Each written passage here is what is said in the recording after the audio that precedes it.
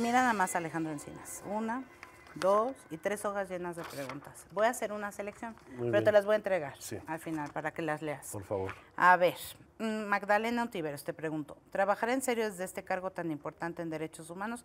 Esperamos mucho de él. Bueno, es más bien un comentario, ¿no? También espero estar a la altura de este compromiso. Guillermo Bolaños, ¿qué experiencia tiene en la materia para ocupar el cargo?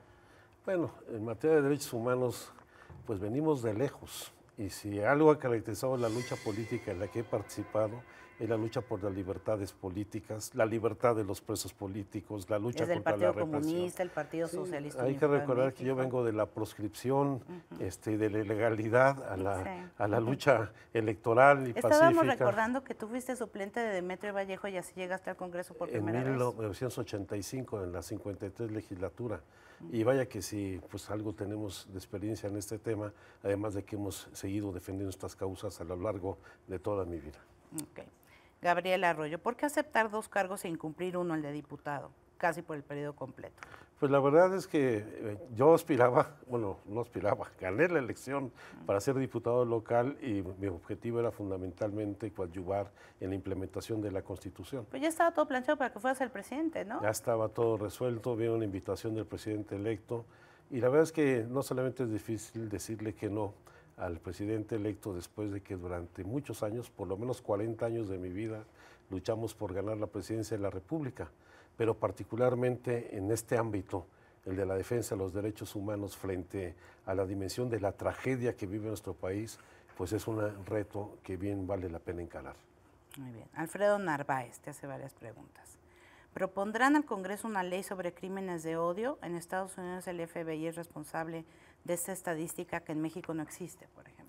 Bueno, por supuesto que todos los crímenes de odio ya están tipificados como delitos. Lo que hacen falta son acciones mucho más eficaces para prevenirlo y para castigarlo. Y te pregunta, ¿se piensa hacer de derechos humanos una perspectiva transversal de toda la Administración Pública Federal? Es increíble que no se ve en minería o en planeación urbana. Sí, yo creo que el eje rector de todas las políticas públicas debe ser la dignidad humana y el respeto de los derechos humanos de todas las personas. En todo el ámbito de las políticas y programas públicos debe estar considerada la perspectiva de derechos humanos. Y 3, en 2011 la ONU aprobó sus principios guía sobre empresas y derechos humanos. Sí.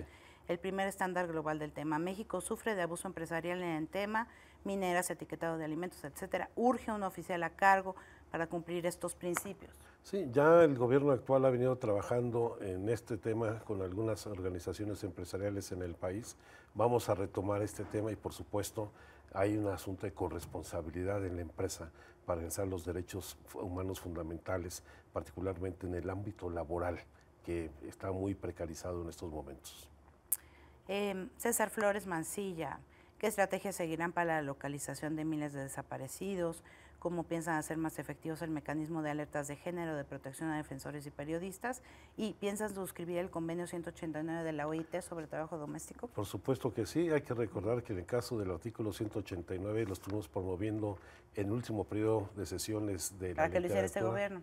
Para que lo hiciera este gobierno y hubo resistencia. Que por cierto lo propusieron ahora los diputados priistas, sí, senadores. Ya es una iniciativa del PRI. Fíjate. Cuando fueron el obstáculo para verlo ratificado raro, ¿no? en abril. Hubiera quedado ya ratificado en abril, pero ellos mismos se opusieron a que eso sucediera. Qué raro. Y por supuesto en todos los demás temas vamos a abordarlos con responsabilidad.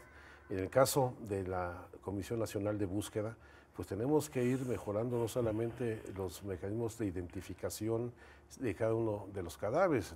Hablabas tú de 22,000 cuerpos que en estos momentos están sin identificar y al mismo tiempo se tienen alrededor de 855 fosas clandestinas identificadas, aunque la Comisión Nacional de Derechos Humanos reconoce más de 1,100 y aparecen todos los días. Pero no tenemos ni un sistema nacional de antropología forense, ni mecanismos de coordinación.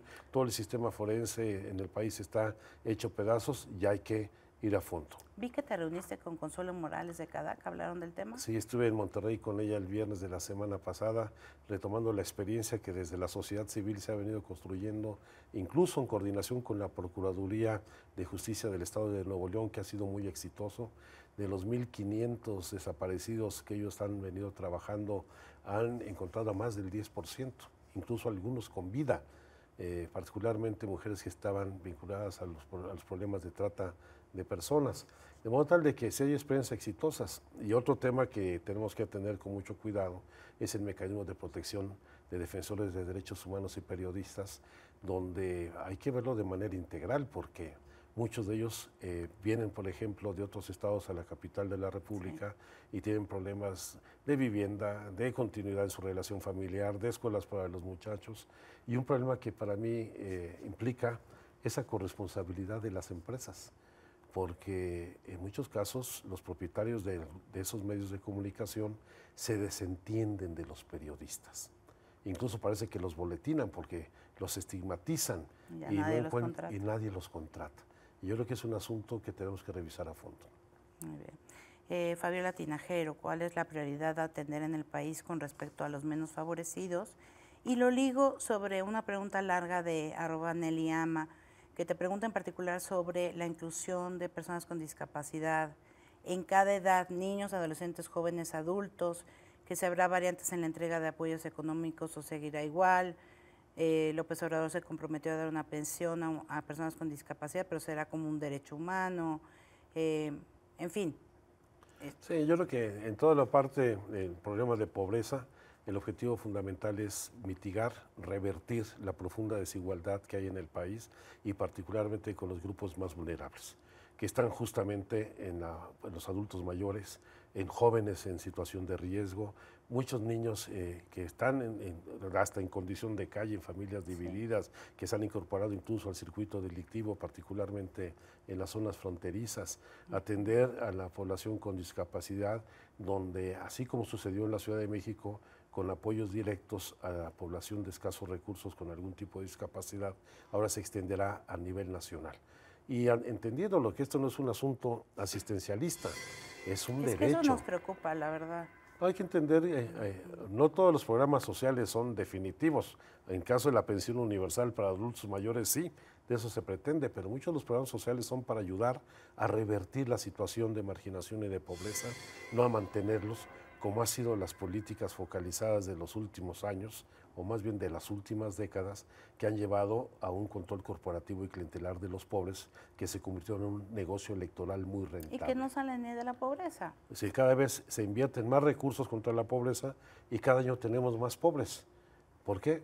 Porque fue un negocio electoral y no hubo el propósito de una reinserción social para el desarrollo en el país.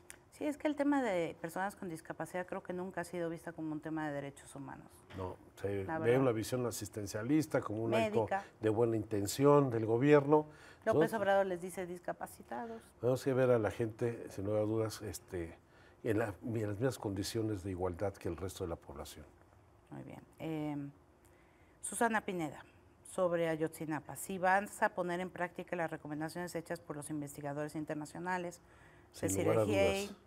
y de ser así, ¿esa gobernación a quién le corresponde o a la secretaría? Pues no sé a qué secretaría, la de gobernación supongo. Bueno, se refiere a la investigación de carácter judicial. Hay que señalar que la responsabilidad política recae en estos momentos en la Secretaría de Gobernación a través de esa subsecretaría, pero la investigación la va a tener que hacer la nueva Fiscalía General.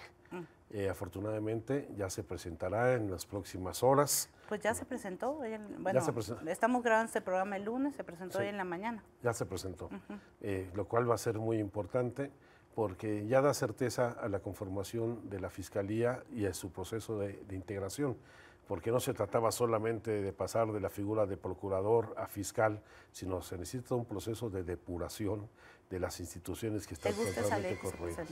Yo creo que mejoró sensiblemente respecto de lo que teníamos con anterioridad, respecto al fiscal carnal, y un proceso en donde no se garantizaban los cambios estructurales que requiere la Fiscalía. ¿De qué servía tener un fiscal general con los mismos ministerios públicos, con la misma policía judicial, con los mismos subprocuradores ahora convertidos en fiscalías especiales? Creo que ahí hay un avance y se define un proceso gradual de renovación de toda la institución. Pero también se crean 4 fiscalías especiales, la electoral y la anticorrupción, que ya estaban previstas, una que es muy importante, la de asuntos internos, para ver pues toda la descomposición y la impunidad, la corrupción que hay ahí dentro de estas instituciones, y una que para mí es significativa es la Fiscalía en materia de derechos humanos, que creo que son avances que debemos de reconocer. Okay. Luis Medrano te pregunta, ¿qué hará para proteger los derechos de los indocumentados inmigrantes centroamericanos? Pues en primer lugar, dejar de criminalizarlos y asumir que la población migrante que viene particularmente de Centroamérica, aunque cada vez llegan gente de otros lugares del mundo, pues no son delincuentes y que tienen derechos, son sujetos de derecho. Y vamos a dignificar el trato a la población migrante, entendiendo que están en nuestro país no por su gusto, sino por necesidad. Muchos migrantes incluso no solamente se encuentran intentando llegar a los Estados Unidos o intentan ya venir a residir al país solamente por problemas económicos. Hay algunos desplazados por fenómenos naturales, hay otros desplazados por la violencia delictiva, el caso de Honduras, de El Salvador, otros por la violencia política, como lo estamos viendo en el caso de Venezuela y de Nicaragua. Entonces, de modo tal de que tenemos que recuperar uno de los aspectos fundamentales de la política exterior de nuestro país, que es el derecho al asilo y al refugio. Muy bien. Y Alejandro, no te vayas a enojar, ¿eh? Venga. Ni modo. Moisés Pérez te pregunta. Mira, su Twitter es no creativity, o sea, sin creatividad. Lo siento así. ¿Te pusiste? Sí. Sí, que si ya tienen listos los regalos para Navidad, con un gift de Santa Claus. No, pues no va a haber regalos esta Navidad, estamos en ¿Austeridad? austeridad republicana, pero vamos a dar resultados mejores en nuestro trabajo. Además, tú dices que ya Santa Claus no eres, sino Rey Mago, ¿no? Ya he ido bajando de peso, ya estoy acercando más a Melchor. Muchas gracias, Alejandro. No, al contrario, Katia, es un gusto estar contigo siempre. Muchas gracias.